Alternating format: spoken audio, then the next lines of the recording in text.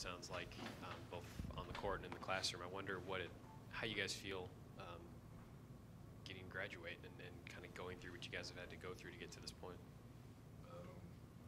Finally over.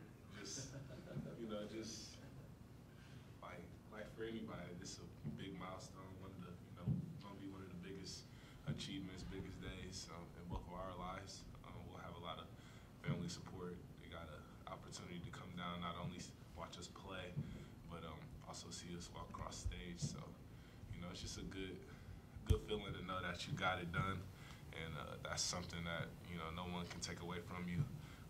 To have your degree, and we're able to focus on basketball from now on. So. Yeah, I mean, the exact same thing. It's just great to finally be done. We worked hard for it. And we're graduating early, which doesn't happen often. We didn't plan for it, but we just kept taking the classes, and eventually they just told us, hey, you guys can graduate early, and it was like, oh, yeah, we're good. Why did you guys choose the majors that you chose? I chose the sport industry major just because I always knew I wanted to be involved with it, even after I can't play anymore. My whole goal is to, one day be a high school athletic director and maybe coach along the way. So I'll start my coaching master's a little bit in the next semester, and, hopefully I can play for, 10, 12 years, and then, come back and just figure it out from there. Yeah, just economics, because I'm just good with numbers and analytics and all that. So when everyone else hated micro and macro, I actually liked it. So I was like, this is probably the best choice for me. Jae'Sean, congrats to both of you guys, first of all. Oh. But moving forward here, obviously what you guys did half-court offense-wise last game was a big, probably momentum boost for you guys, because that was one of the best games you played this year. And when you just look at what's coming up the road, how important is these next few games of capitalizing on any momentum maybe you have? Just taking it one game at a time is important. Preparing for App State is our biggest key, and we're just going to try to continue to be better than we were last game, every game. And like you said, with the offense, we just got to, focus on taking care of the ball and staying within the offense, not trying to force as much. And, I think over the past few games, we've gotten better and better each week, and, we're just trying to build off of that. Jae'Sean, I know you've known for a while now that maybe you'd have to play some point this year, and you've talked a little bit about that. I'm just curious what your practice workload might be like, and how difficult it is having to play, I guess, the 3, the 4, and the 1. Definitely when we go 5-0, I'm always we got like 4 teams, and I'm always on the team, so I don't get much of a breather there. But I mean, it's good cardio. You got to sprint down, play, sprint back, play the point guard, while everybody else gets a little break here and there. But other than that, it's been hasn't been too hard. I think Coach Holt has made it really easy for the times that I have been there at the point guard position.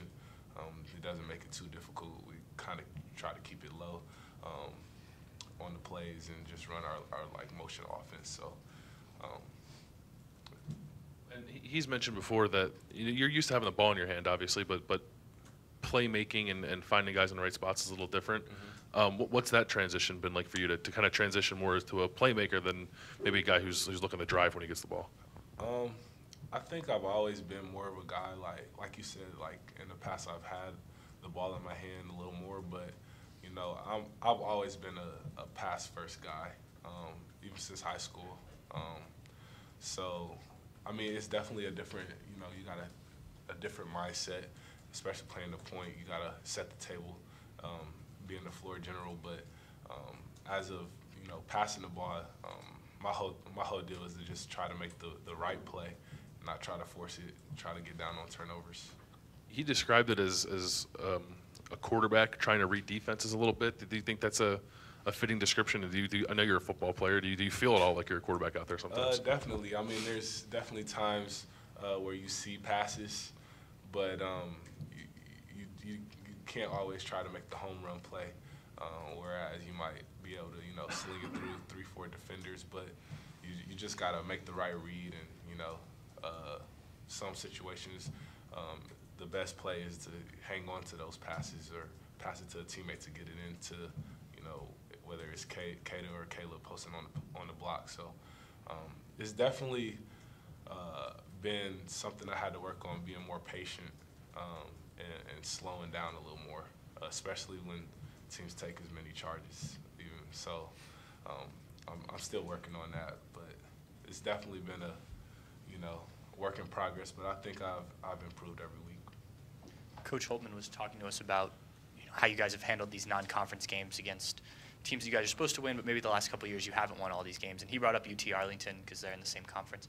Have you guys taken that upon yourselves as leaders to make sure you guys are focused in these games and handle your business outside of Big Ten play? Yeah, I mean, ever since what happened the last few years, we've made that an emphasis with a lot of new guys coming in.